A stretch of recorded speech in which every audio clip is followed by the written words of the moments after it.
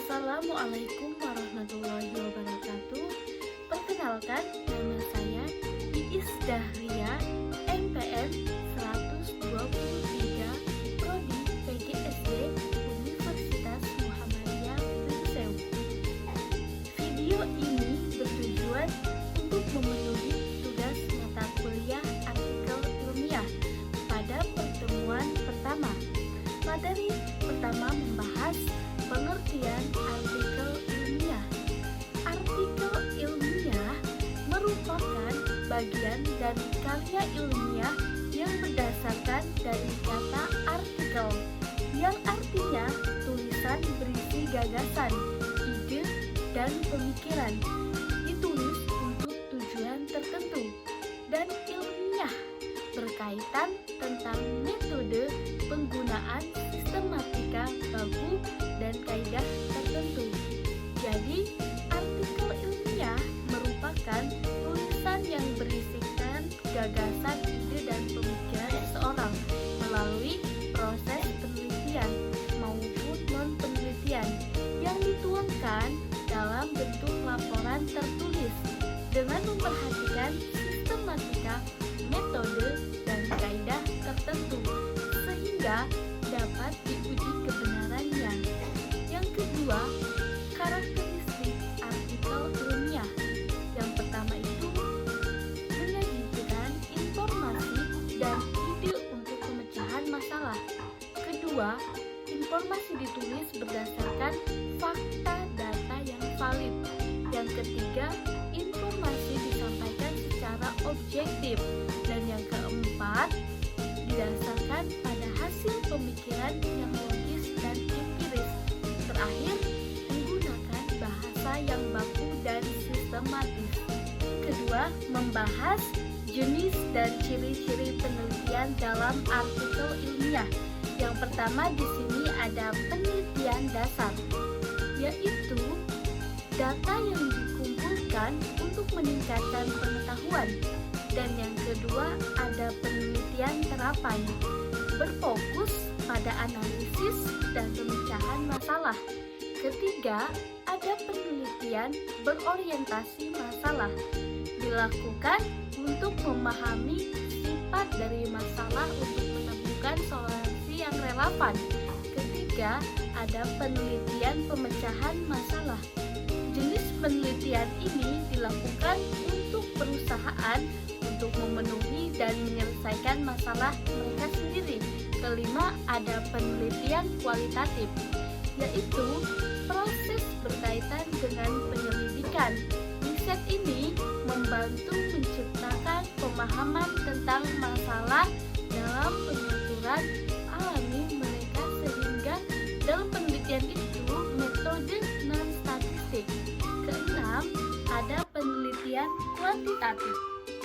Cara terstruktur untuk mengumpulkan data dan menganalisisnya untuk menarik kesimpulan. Data kuantitatif adalah semua berupa angka. Materi yang ketiga, tujuan penulisan artikel ilmiah. Tujuan dari penulisan artikel ilmiah untuk memecahkan suatu permasalahan tertentu, untuk menambah ilmu pengetahuan tentang sesuatu pokok permasalahan tertentu, melatih kemampuan menulis dan berpikir ilmiah bagi penulis yang menulis karya ilmiah tersebut.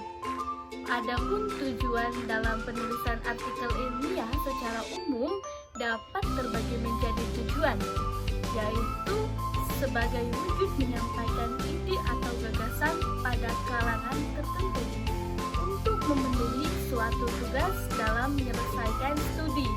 Karya ilmiah juga bertujuan sebagai diskusi terhadap ide atau gagasan dalam pertemuan ilmiah.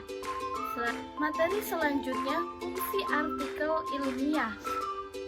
Fungsi artikel ilmiah di sini ada fungsi pendidikan, fungsi penelitian, dan fungsi fungsional. Di sini saya akan menjelaskan fungsi pendidikan, yaitu karya tulis ilmiah menghadirkan pengalaman menulis terdiri bagi siswa ataupun mahasiswa belajar banyak tentang dasar penulisan untuk berpikir kritis. Selanjutnya, fungsi penelitian.